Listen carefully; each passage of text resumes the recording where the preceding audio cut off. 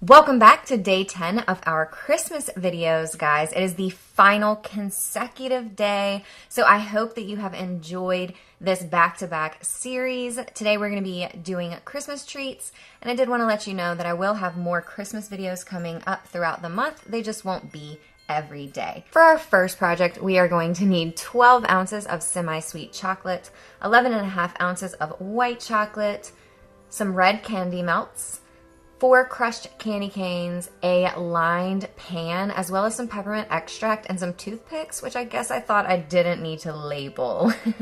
So we're going to start by melting our semi-sweet chocolate. I like to start it off for 30 seconds and then stir, and then 15-second intervals after that, stirring between each interval.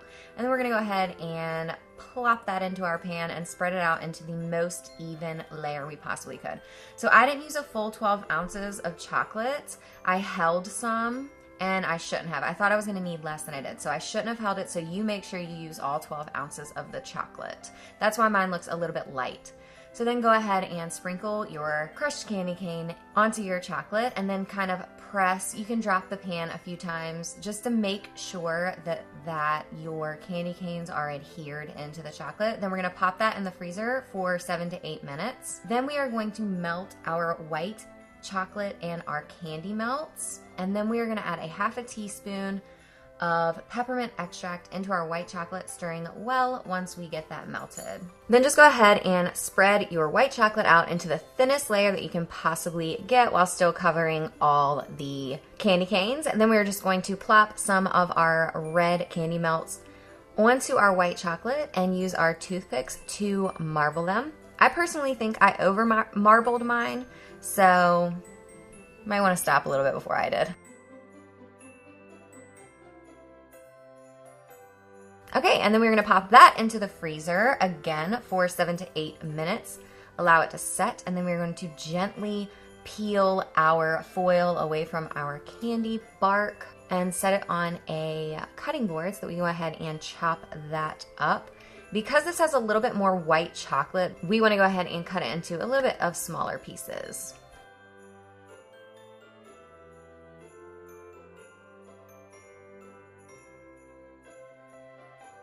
And then for our next project, we are going to need 1.5 sticks plus 3 tablespoons of butter, a little bit of semi-sweet chocolate chips, probably about half a cup to a cup, a cookie cutter, that became optional, a large lined pan, 8.5 cups of Rice Crisp cereal, 2 10-ounce bags of mini marshmallows, some red and green M&ms, and then the vanilla and salt are optional. We're going to go ahead and melt our butter. And while that is melting, I'm going to measure out my vanilla and my salt and just put that in a separate small container so it's ready when I am. And once our butter is melted, we are going to toss in our marshmallows, and then we are going to just basically stir this until it is a clump of goo, my friend. If anything gets sticky during this process at all, just go ahead and throw a little bit of butter on the tool you are working with. It'll help things slide off instead of sticking. But yeah, like I said, we don't want our marshmallows to burn, so we want to go ahead and stir them while they combine. And then like I said, once it is like a fluffy clump of goo, it is ready. We're going to go ahead and pour in our vanilla at this point. Stir that in, and then we can start adding our cereal. I like to add about half of my cereal in at a time, otherwise it gets really hard to stir. So that's what I do. I just add in about half of it slowly. And then I add 2 cups of the mini marshmallows that I reserved. And then I go ahead and add everything in. And at this point, you want to take it off the eye, remove it from the heat, and just really start to stir this in. And once everything is well combined, we can go ahead and throw it in our pan. I'm using a really big pan, and you want to make sure that it is well greased with butter so that it's not too sticky. And then just use your spoon to kind of smash everything down. You want it to be thin enough to cut through it with your cookie cutter if you're using a cookie cutter. And my pan was a little big, but it's fine. You just line up the edge. This stuff is totally shapeable and very easy to work with. Okay, so then just flip it out and gently peel your foil off. It is still going to be malleable. You want to do this before it's all the way set if you are using the cookie cutter. I'm just cutting this in half to make it more manageable for myself. But like I said, if you're going to use the cookie cutter method, which is what I was going to do at first, you want to do it before it's too far set. Because it got really, really hard as time went on. It just was really hard to get the cookie cutter through there. So I struggled with that for a while, honestly, and then I went through and just used my knife to cut out basic triangles because we're making trees anyway, and you guys, it was so much better. So I highly recommend this method over the cookie cutter.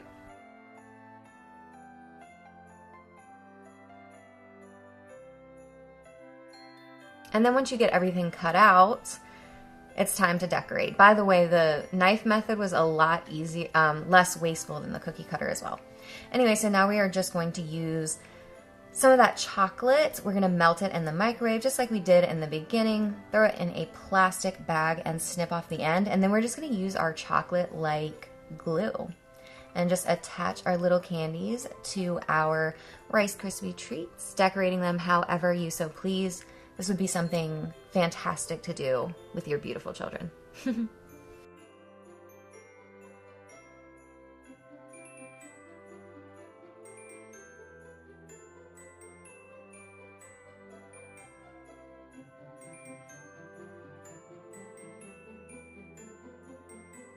So that is how mine turned out, and we can move on to the next project. We're going to be making sugar cookies, and we're going to try a little modern twist on decorating them. So you're going to need some candy melts, some cookie cutters. You could use chocolate instead of candy melts if you wanted to. Some sugar cookie mix, and some parchment paper. You're also going to need a rolling pin, of course, and some sprinkles. I did end up not using those plastic bags, by the way. So first, of course, go ahead and follow the directions on your sugar cookie mix or whatever recipe you want to use. And then I just wanted to show you guys, I like to use a double parchment paper instead of flour. I just think it's easier. And I like these two things on the side. They're like painter sticks. They help you keep everything nice and even. And I know you guys know how to roll out dough, but I just wanted to give you guys those two tips. And then I'm going to transfer my parchment paper directly onto the cookie sheet. So I am not even going to pick up my cookies. That's why I am doing it this way. So if you're going to do that as well, make sure you leave enough space in between your cookies so that when they expand in the oven, they don't smash each other.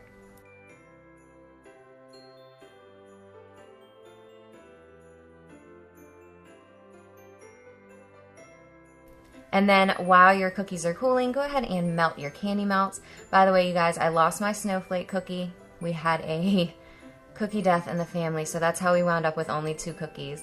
But once your cookies have cooled and you have melted your candy melts by using the directions on the back of the bag, we're just gonna dip half of our sugar cookie into the candy melts and then add sprinkles, and then we can just lay it back down on our parchment paper to set, and then it'll be ready to eat.